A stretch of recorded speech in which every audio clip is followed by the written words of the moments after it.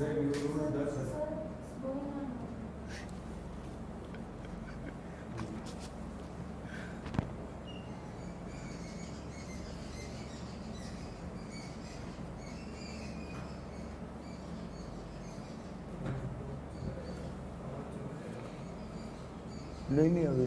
will say action.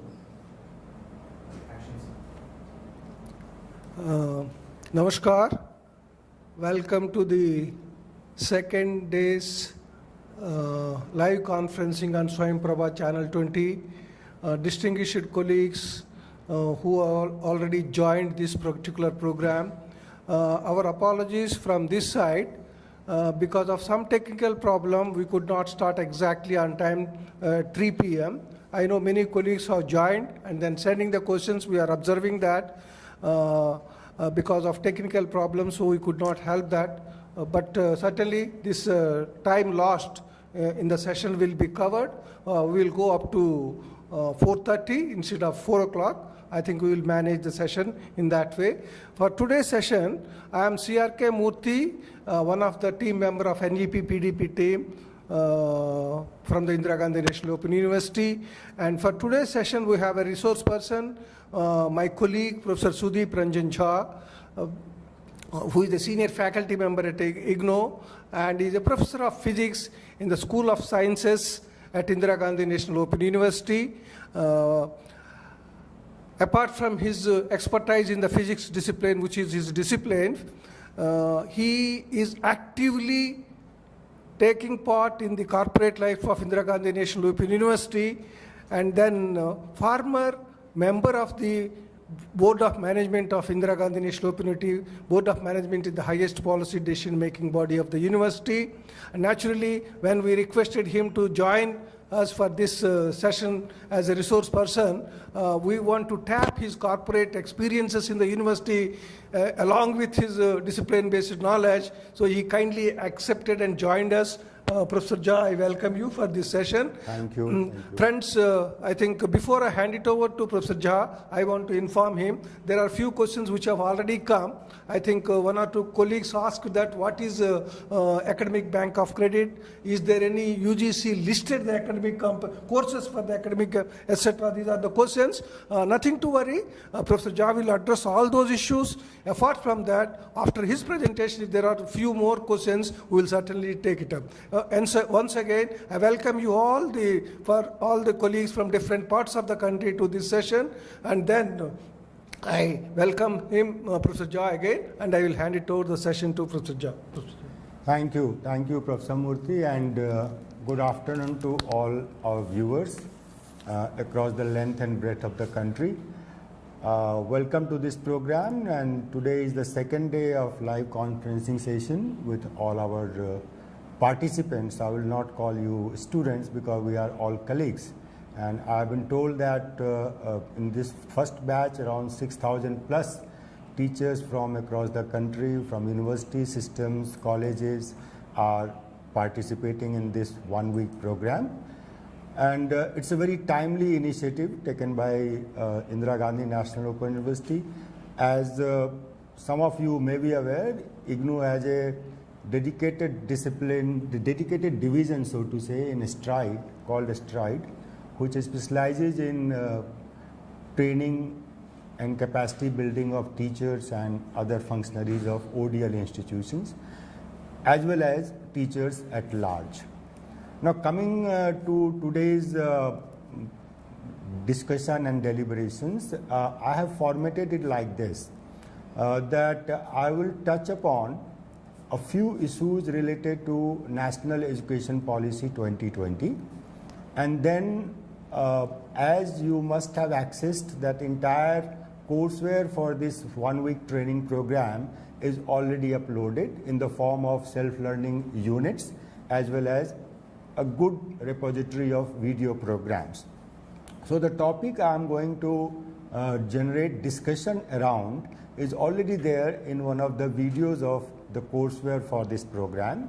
So I will just initiate certain issues which I think are important for teachers to start thinking about and discussing about among themselves. So let me begin with certain salient sentences from national education policy.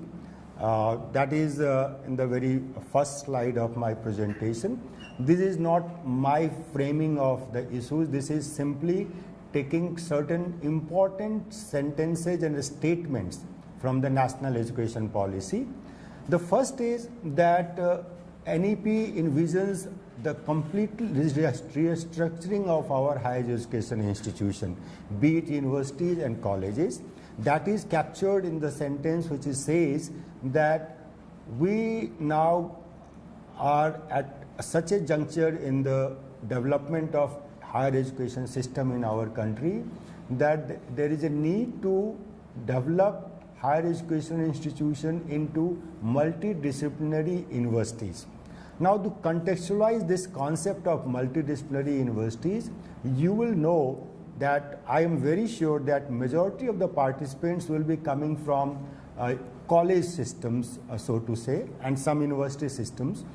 The colleges are more or less in our country unitary in the sense that someone is teaching science, some colleges are teaching commerce, some colleges are teaching arts, and likewise in other professional areas.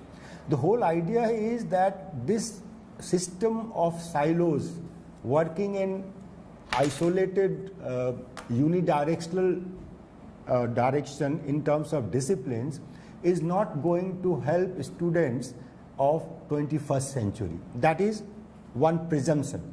Now that presumption can be debated. That's a different debate.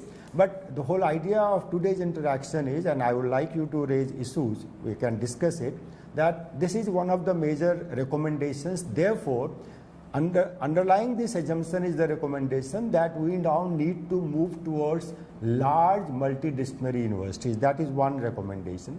Second is that how to go about it, how you are going to convert HEIs into large multidisciplinary universities. There, the recommendation is that by transforming higher education institutions into large multidisciplinary universities, colleges, and HEI clusters and knowledge hubs. So these are the three categories. Now, university is well known. Most of the universities are multidisciplinary in the sense that we have departments across the disciplines coming from science, social sciences, humanities, and professional education. Colleges, not so much. Most of the colleges are single discipline. Here I am talking of discipline in the sense of area. Some universities and some colleges and some teachers have notions that discipline is synonym of subject, but let us broaden it and then talk about arts, science, and commerce. So colleges fall into that category. There are very less number of colleges where all the three streams are existing together in terms of student and faculty. And in that case, this is completely missing, which is talking of HEI clusters and knowledge hubs. I will come to it later. Third is that being a teacher, we have to locate ourselves in this broad three category of universities which is envisioned in NEP. That is, one category of universities will be research intensive universities. Second category of universities will be called teaching intensive universities. And third category of institutions will be autonomous degree granting colleges. Now, autonomous degree granting colleges will have all the powers and functions which normally universities take up for the colleges, whether they are constituent or affiliating. So these are major policy recommendations regarding restructuring the entire spectrum of higher education system in the country. Then over the period of time, every college developed into either an autonomous degree granting colleges or a constituent college of university. This comes from the fact that this policy document tells us that this notion of affiliated college is going to go in the coming years. Now the time frame is typically 10 to 15 years. The policy recognizes the fact that such radical change in the structure of HEIs cannot be achieved overnight. So they have given a time frame over which they expect that this affiliated colleges entity has to go out of the scene from HEI type of structures. Similarly, they are saying that single stream HEIs will be phased out over time and will move towards becoming vibrant multidisciplinary institutions or parts of vibrant multidisciplinary HEI. Now, these are terms. Let me explain it by way of giving you some examples. I am sitting in Indira Gandhi National Open University. I am a faculty in School of Sciences here. Our university is a very good example of what NEP envisages as multidisciplinary HEIs. Just for your information's sake, let me inform you that this university in a single campus houses 21 schools of studies, and most of the schools are accommodating large number of disciplines. So if you want to meet a teacher of a discipline out of around 40 plus disciplines in a single campus, that campus is IGNOU. In terms of conventional system, I give you an example, then offhand JNU comes to my mind, most of the central universities come to my mind, and Delhi University comes to my mind. But there is a difference. All these university departments are catered to run for master's program and research degree programs. And the focus of NEI is to make a radical change in the curriculum and the style of teaching and the content being offered to students at the undergraduate level. So that way, IGNOU is again very uniquely placed, because most of the central universities do not run undergraduate programs. They are essentially engaged in master's and research degree programs. And lastly, as I said, that this whole notion of affiliated colleges is going to go. So now these pieces of information are taken straightway from this 63-page, very precise and concise document called National Education Policy. I am very sure as one of the additional resources in this 6 days program of NEP CPD, you must have access to National Education Policy, and please find time to go through them so that you get an idea and start thinking that where you are located, where your institution is located in the whole scheme of things which is to come in future as envisaged in NEP. Now, this is the context in which I am going to now talk on these 3 broad issues. I think it has frozen. It's not moving. PPT. Can you go to the next PPT, please?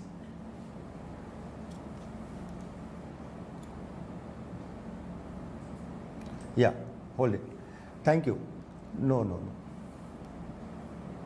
Is it done? That's right. Thank you. So today I am going to touch upon these 3 aspects, and it is already covered in the video as told you earlier. One is that multidisciplinary higher education. Second, I will touch upon the credit framework, the concept of credit. And third, I will talk about academic banks of credit. Now, the next thing is, what is multidisciplinary higher education? Now, if you zero in and consider about your undergraduate students and curriculum, then you can ask these 3 questions. What is it? Why do we need it? And how to go about it? Now, what is it is very lucidly explained in the NEP document, as well as there are many documents which has come from UGC as draft document, that what will be the structure of this multidisciplinary higher education, particularly tailored to our undergraduate programs. It says that, simply put, it essentially says that whether a student is pursuing arts, science or commerce, or for that matter, engineering, medical sciences, teacher education, all kinds of professional degrees at undergraduate level. Presently, the structure is to give them deeper knowledge of one area of study and that is considered not very good because the graduates coming out of this system of education are not enabled or not competent to solve the real life problems of 21st century, because this kind of education system has a strong limitation that you cannot think beyond your area of study. That is one limitation they want to overcome by introducing multidisciplinary higher education. Secondly, what they say that apart from giving subject and discipline based knowledge, there is a requirement that the graduates of our higher education institution have certain life skills, certain value based courses, certain immersive experience of the world of work where they are likely to go after they graduate. So those components have to be made part and parcel of the curriculum of undergraduate programs, which is presently missing at most of the colleges and universities. That is the second objective. And third is that don't ask a student at a little premature age of passing out +2 to take a very important decision of his or her life.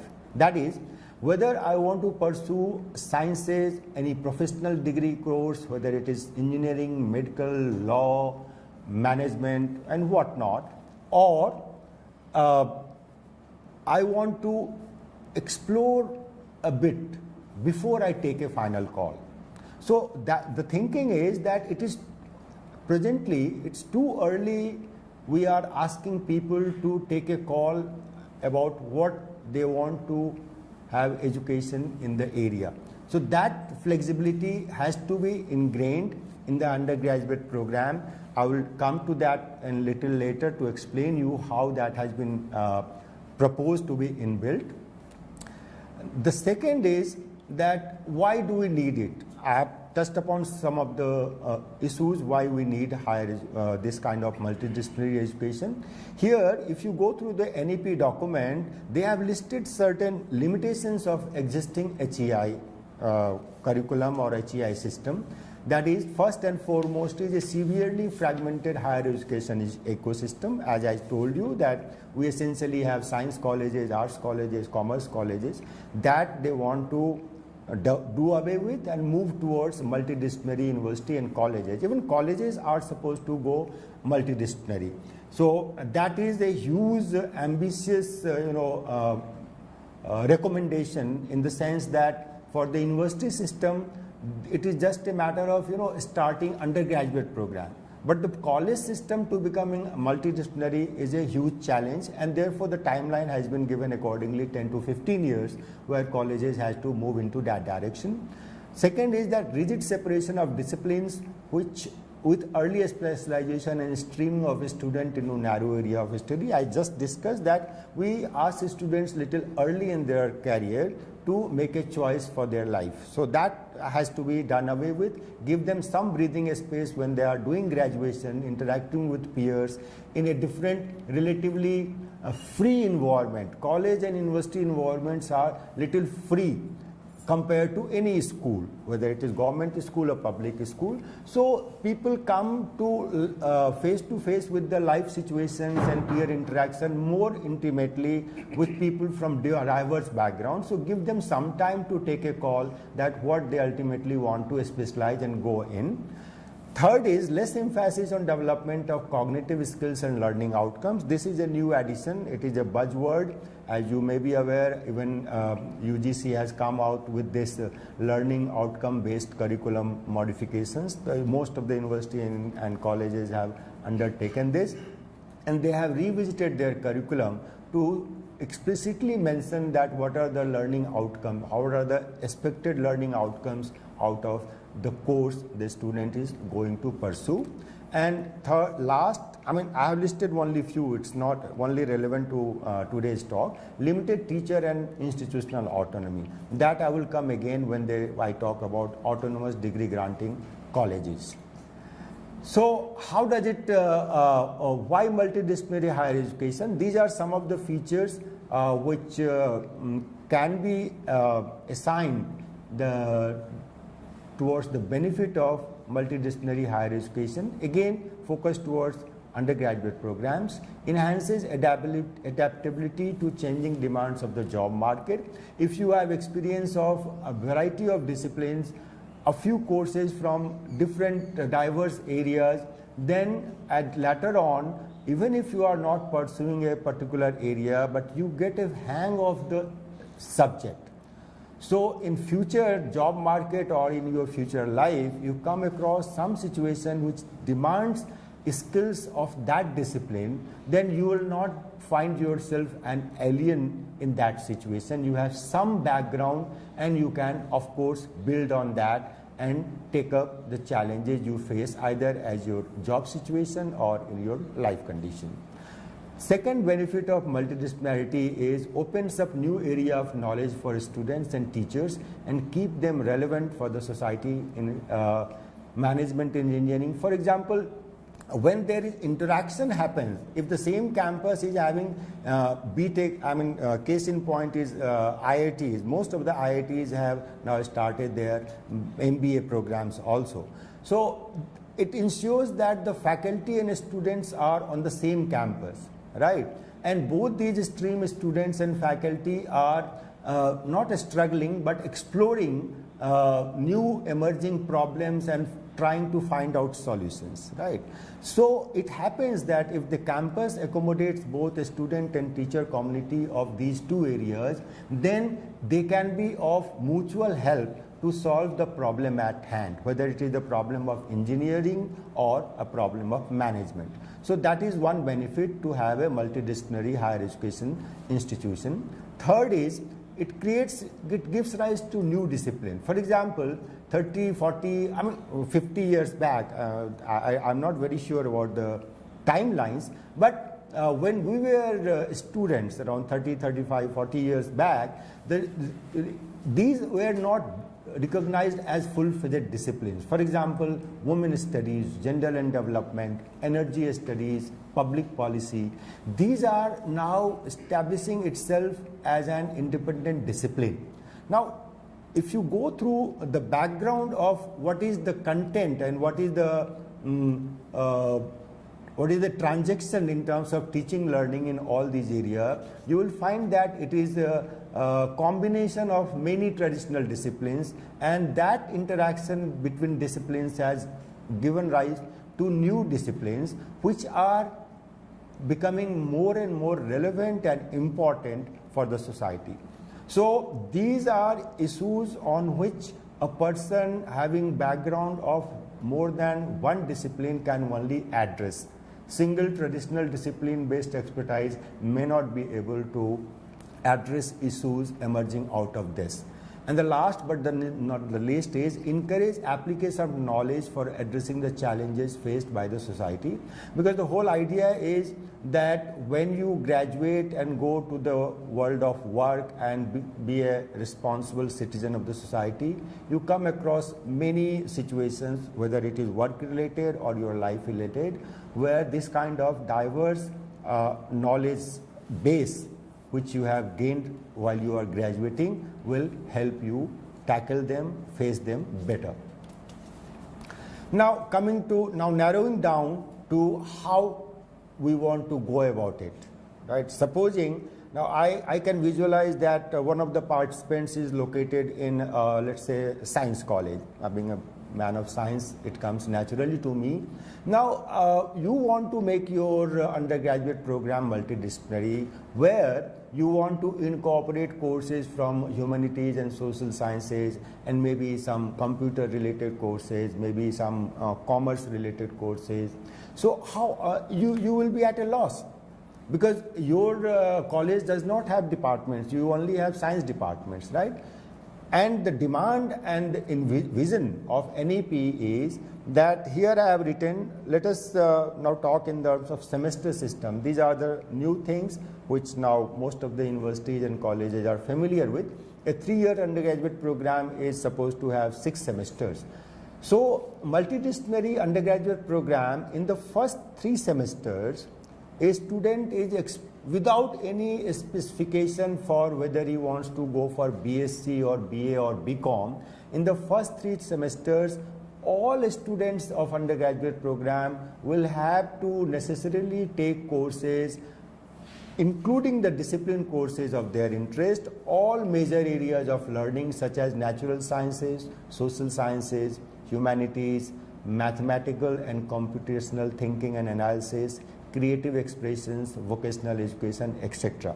So, in the first 3 semesters, you are exposed to all streams of knowledge which is there available for undergraduates. Now, once you are done with first 3 semesters, you develop liking, some interest and aptitude to pursue a particular area of study, and then you take a call and pick up more courses in that area, whether it is science or within science also you can go for specialization in physics, chemistry, mathematics.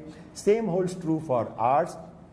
So you got almost 1.5 years to take a decision that what is the area which interests you more to pursue your graduation, because ultimately your degree will be decided by the type of courses you pick up in the remaining 3 semesters, that is semester 4, 5 and 6.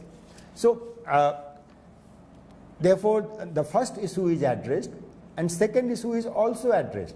Even if you, suppose you are pursuing finally in 4th, 5th semester you are pursuing history honors or sociology honors, but your compulsory attendance in the courses of natural sciences, humanities, mathematical and computational thinking and analysis, creative expressions will be a huge advantage to you when you enter your actual life or world of work. So that basic foundation is there, and in latter at some point in time you decide to switch, then you will not be switching to a new area without any clue that what does it entail. So you will be in a better position to take an informed decision. Insofar semester 7 and 8 are concerned, these are the part of the envisaged 4-year undergraduate program. NEP says that ultimately the preferred undergraduate will be 4 years with the possibility of exiting after 3 years with undergraduate certificate. 4th year is more or less tailored for those students who want to pursue higher education, which ultimately leads to research and all that. One more point before I go to the next topic is that, see, this NEP, although it does not say anywhere in so many words, but what it is saying is that, look, let undergraduate program be a terminal degree for majority of students who just want to be an informed and educated graduate and enter the life. NEP in so many words, again not very explicitly but very emphatically says the way they have envisioned their higher studies leading to research. They say that let only those come for research, higher studies, that is masters and research degree program, who are truly interested, who have true aptitude. And if the numbers are low and the quality of intake in higher education is good, then government is ready to fund them. As on date, although we will not accept it, as on date, it's a natural thing that after graduation people look for admission to master's degree program, irrespective of the fact that whether they are really interested in going for higher studies, which can lead to a specialized research area or teaching profession and things like that, where you become a lifelong learner in a relatively narrow area, whether it is a discipline or a multidisciplinary new emerging area. So, in a sense, NEP says that let us consider that majority of our student population, for them undergraduate is a terminal degree. So, if someone is not going to study further, let us equip him or her with all the necessary information and analytical skills so that he can face the world of work or life with a better confidence and well equipped. So that is the whole idea. Then this 4-year undergraduate programs makes more sense. As you can see that what are the type of courses they will study if they pursue 4-year degree program. If they decide to do 4th year also, instead of taking an exit after 3 years with undergraduate certificate, it says that it will have advanced disciplinary, interdisciplinary courses, research methodology courses and research project. So essentially they are saying that let only those pursue this who are really interested to know the subject more and interested in research and teaching career.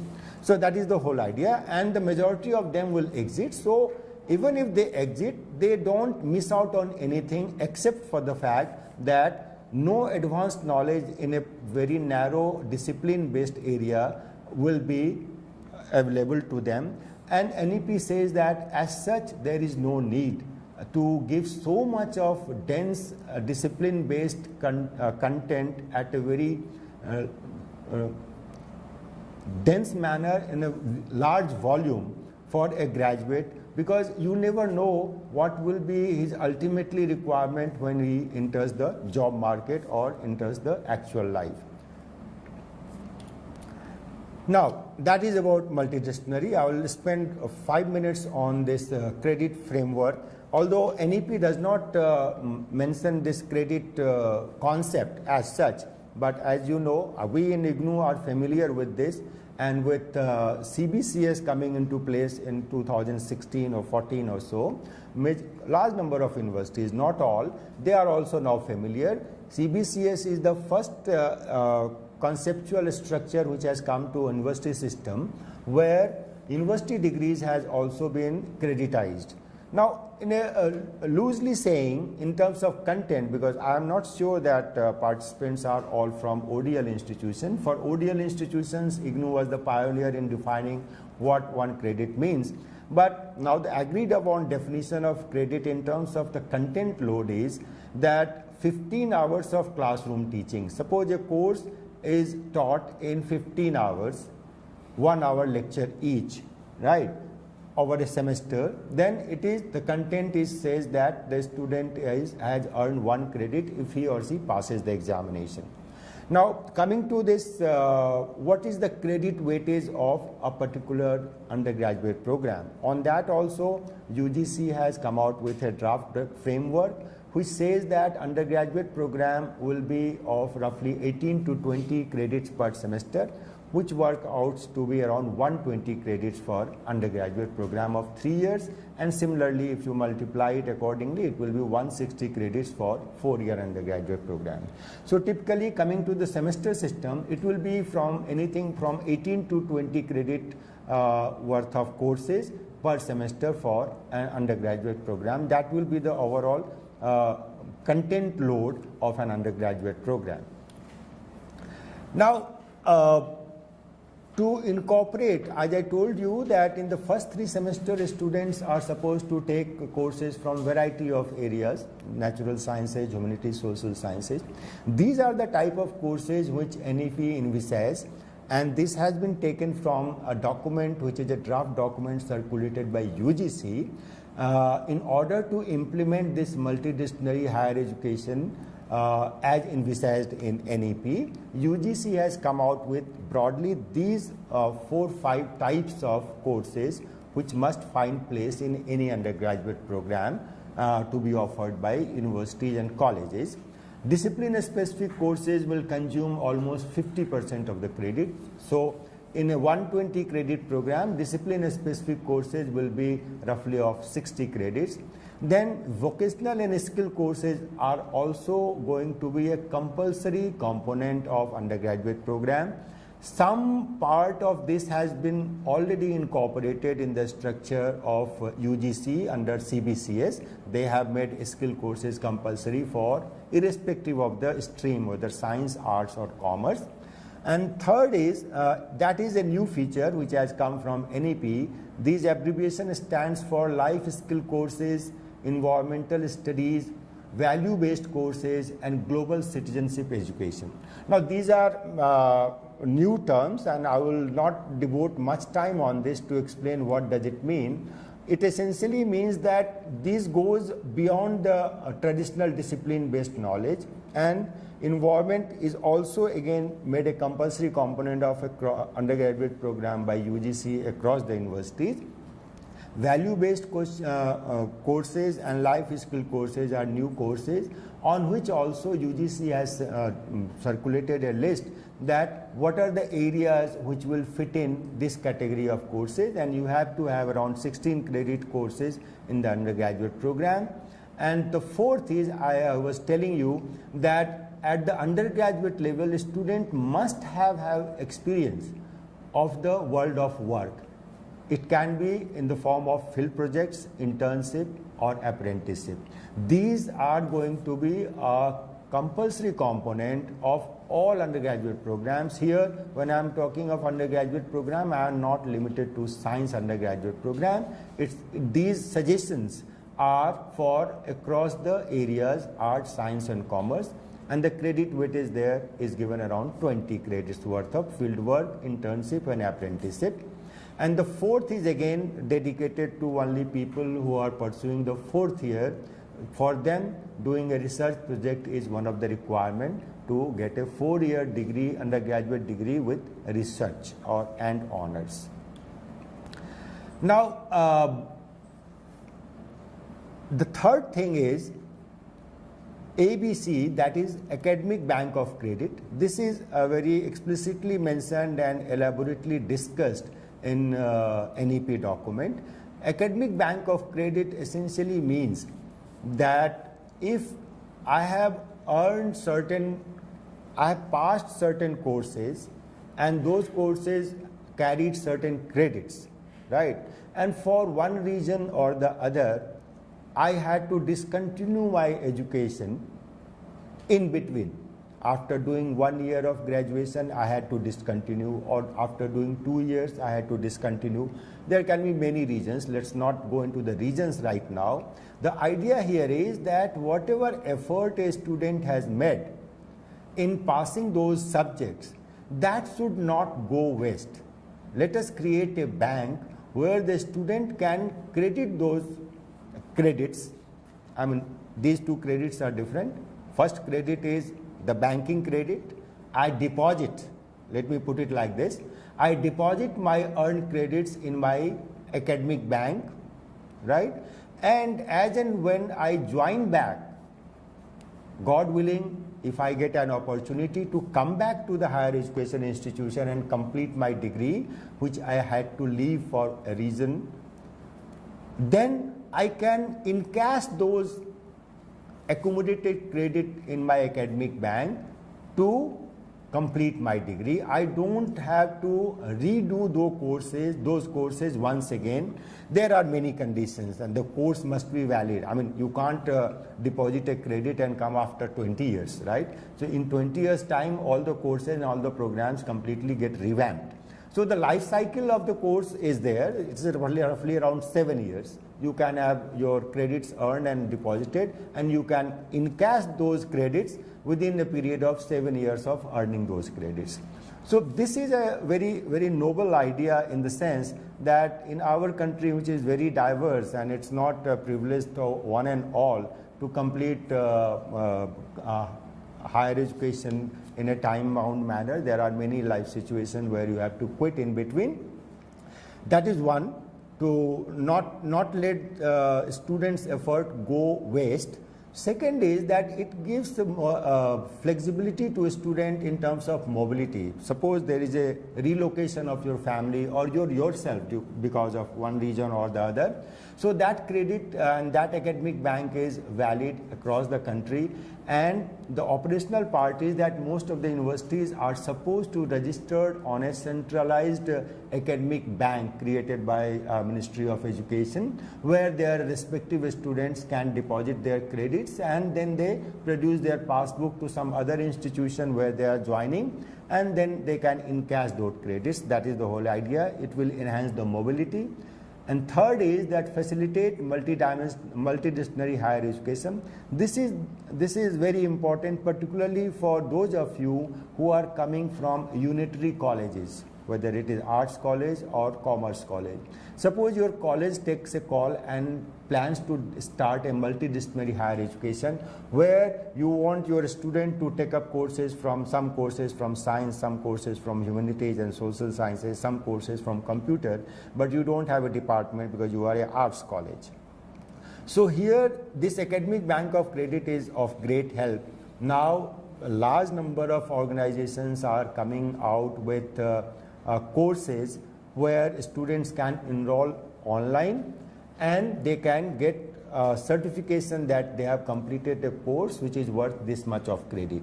So if your college curriculum takes cognizance of such kind of courses which are not available in your college, then you can always ask your students to do these courses from such online course offering platforms.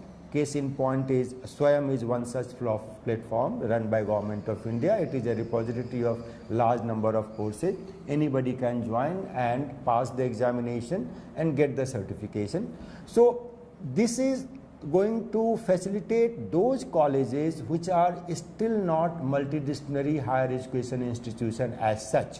So in the intervening period, till your college evolves into a kind of multidisciplinary higher education institution, be it university or a autonomous degree granting college, your students should not be deprived from gaining these multidisciplinary undergraduate or postgraduate education.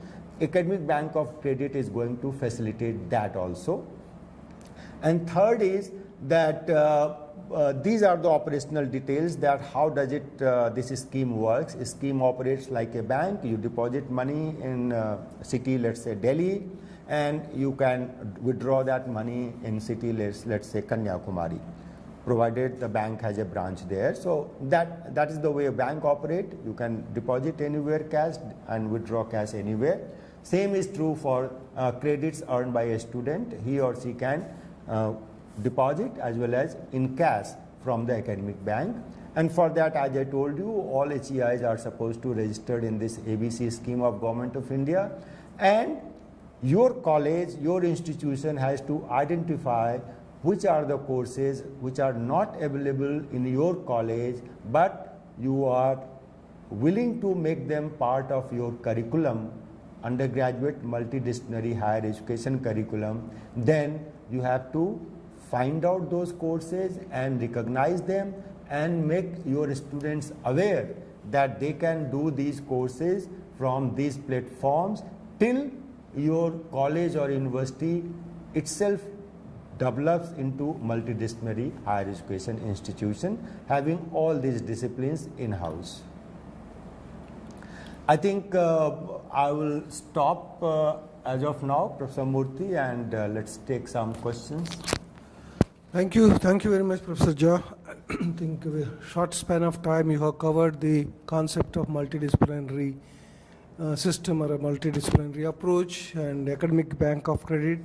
There are quite a few questions. I think you have already touched upon quite a few of things because they started sending the questions before the session started. Like what is multidisciplinary, what is academic bank of credit. I think that we have already addressed it. Mainly, I think if I club the few questions together because of the time factor as well, is there any programs listed by the UGC under the multidisciplinary? These are the programs, these are the courses of like that.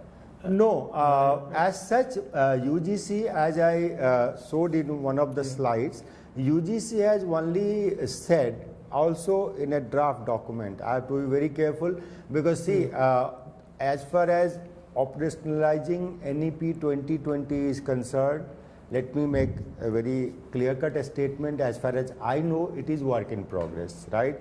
UGC is repeatedly requesting by giving complete autonomy to HEIs to go through the document and come out with their own vision and mission document and plan, right?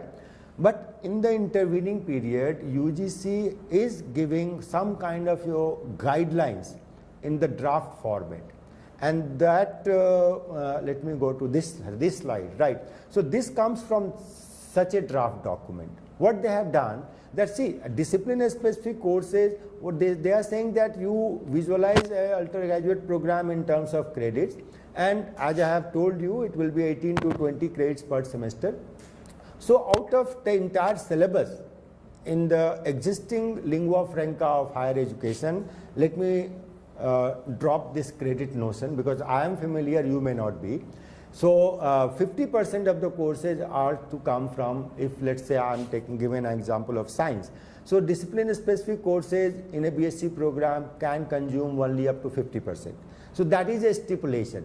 You have to create a space if you want to give a student exposure to other disciplines. So they have said that up to 50% is enough from the discipline, physics, chemistry, mathematics, botany, geology, and reserve 50% for other things, right? So what are those other things? Those other things UGC has specified, and they have gone a more further. As you said that what are multidisciplinary courses, that they have not said. Multidisciplinary is a self-explanatory term. The program is to be multidisciplinary. A course need not be. Your undergraduate program is supposed to be multidisciplinary. So discipline in the traditional terms, we understand by traditional disciplines of physics, history, sociology, botany, like. Other areas, exposure to other areas, that is vocational and skill courses. Every discipline can have some skill course. Vocational education, this is an effort and very serious and sincere effort on that to, destigmatize vocational education. Till now, vocational education is not considered, it's considered, a poor cousin of higher education system. And NEP says that it is not a fair thing to do.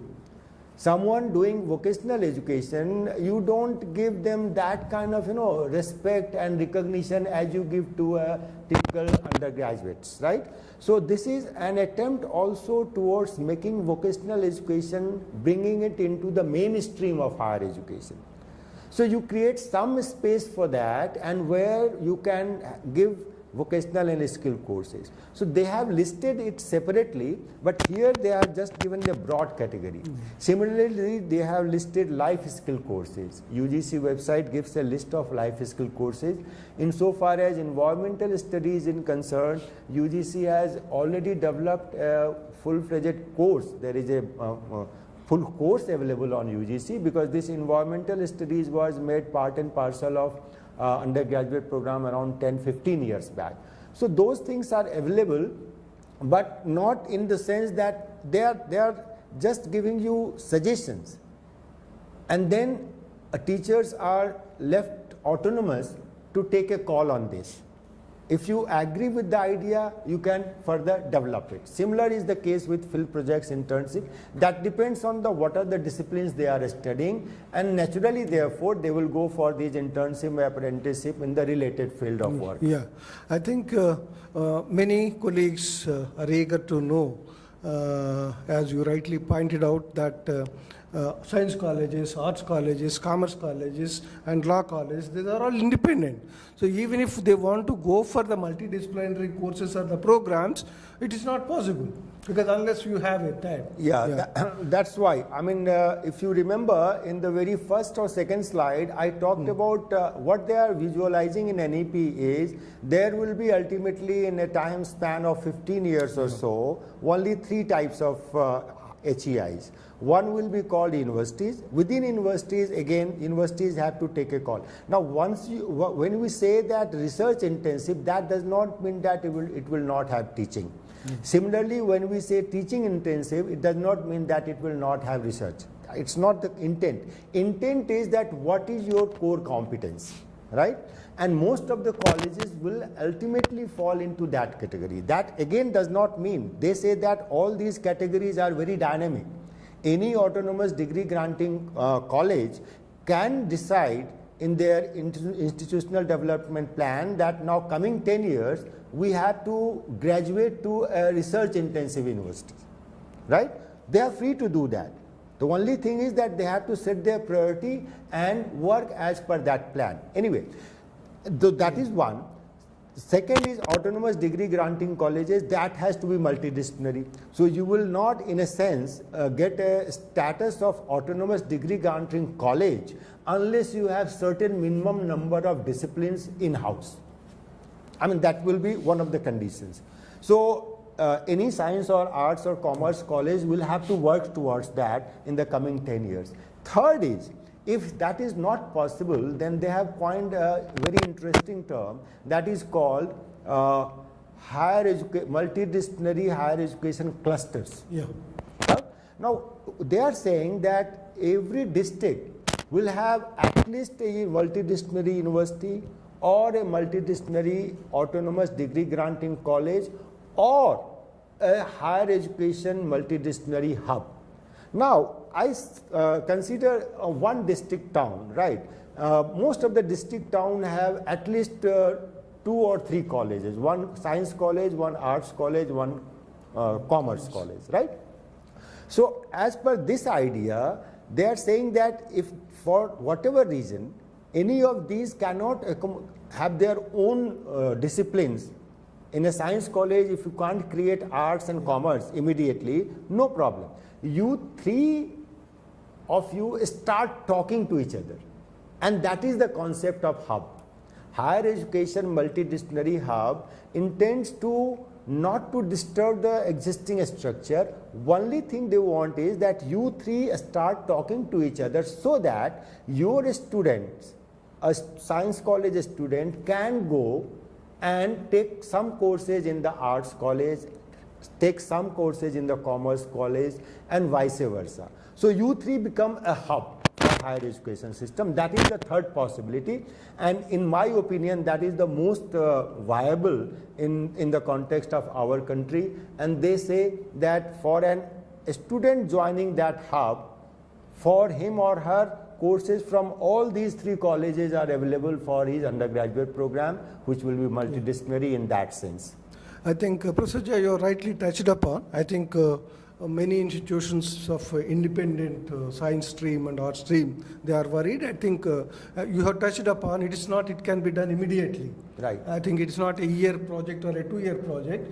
When the institutions have to come together, visualize the multidisciplinary courses, I think clustering of the institutions, what University Grants Commission has come out with even the press briefing as well as the guidelines also, right, how to create hubs and clustering colleges. And then one colleague asked in that context, who will initiate the process when the cluster? I think these things are being worked out. No, see, the point is ultimately education is on a concurrent list. I mean, that is the fact of life, right? So a college, the way our different states have college system, higher education system, college system, universities are more or less under the overall purview of UGC, but colleges are of different kind, private colleges, government aided colleges, government funded colleges, all varieties are there. See, this policy document is talking to the teachers and policy makers, right? So, and it is giving you short term as well as long term solutions.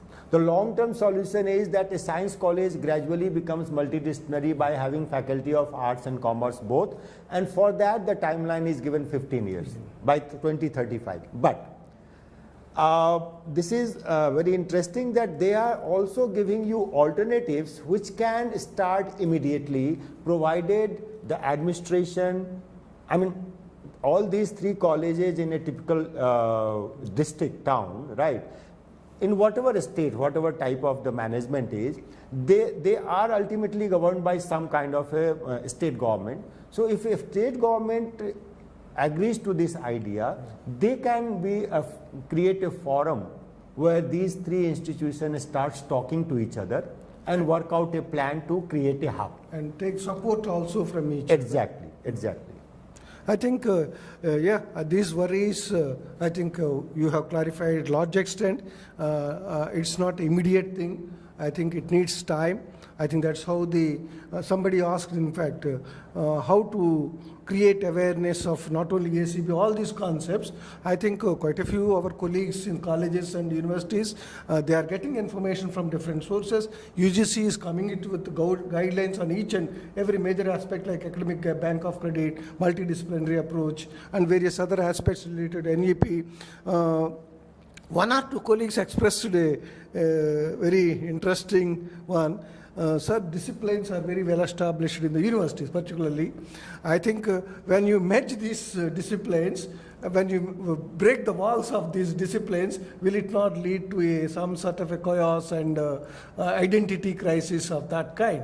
I think maybe they did not get the concept clearly. We are not. I think at IGNO you can take example. No. It's not a matter of playing with the identity of a discipline. Not at all. See, if I can go back to this slide, this slide. You see, I mean, what I am saying and what NEP intends, and that's what I understand from NEP, what they are saying that suppose I am a person of physics, right? So I have to give a course which is appreciated by anybody who has done +2.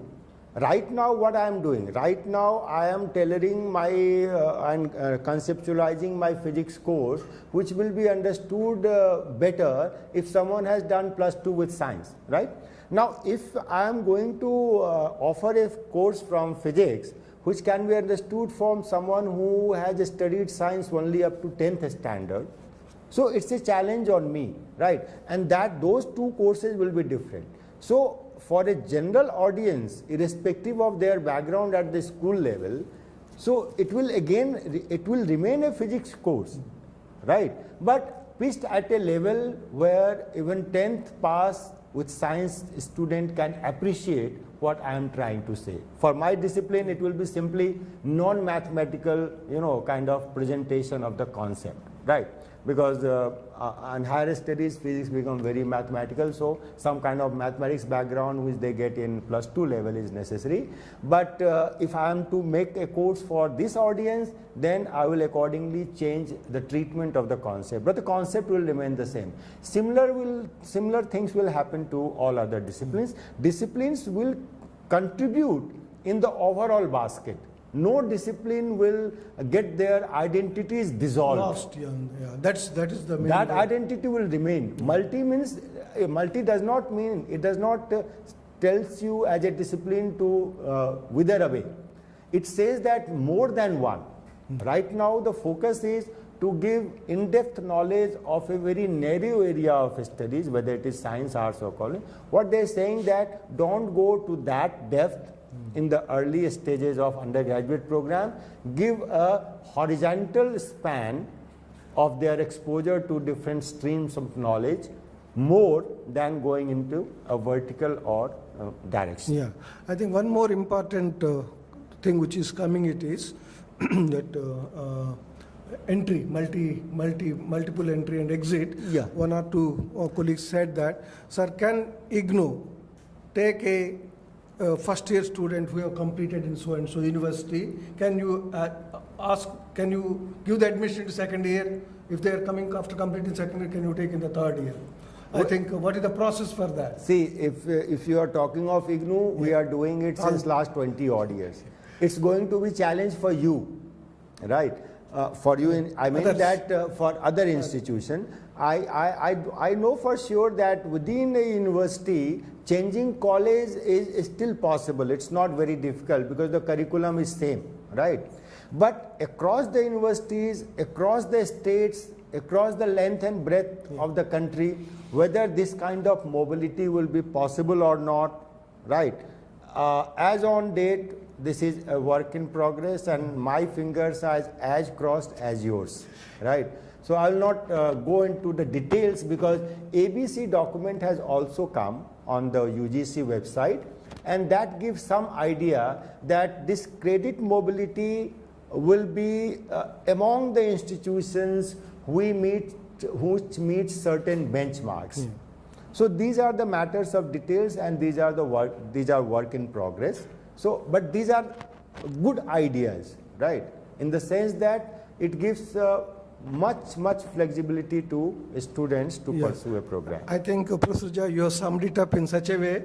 I think these worries or concerns, we can call it as a concerns, are equally applicable, whether it is a academic bank of credit, or it's a credit transfer, or multiple entry exit. Because at IGNOU, we have been practicing it for the years that we can catch easily. Right. And those colleagues, academic counselors and others who have associated with IGNOU also well. But for others, it are new jargons, new concepts, makes them to worry. But I think nothing to worry.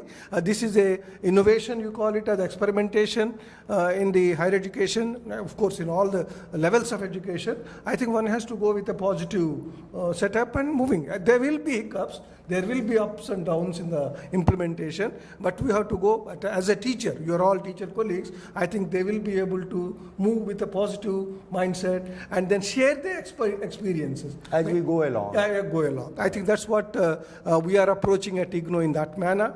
I have 2-3 general things which colleagues are concerned. Yeah, today because of technical problem, our live session, chart live session, started at 3:30 instead of 3. That's how we compensated with half an hour late, half an hour continued at 4:30. But tomorrow the session, live session starts at 3, and then we'll conclude at 4. Colleagues need not worry. Join us exactly at 3 o'clock. And 1 or 2 friends asked that, what about the material? Material is provided. Print material is provided in the SWAYAM platform. The moment you enter into the SWAYAM platform, print material both in English version and Hindi version are available. I think those colleagues who are जो हिंदी में पढ़ना चाहिए अच्छे तरफ से material है, same material. There is nothing change in that. Hindi में English में दे लिखा हुआ वही हिंदी में भी लिखा हुआ.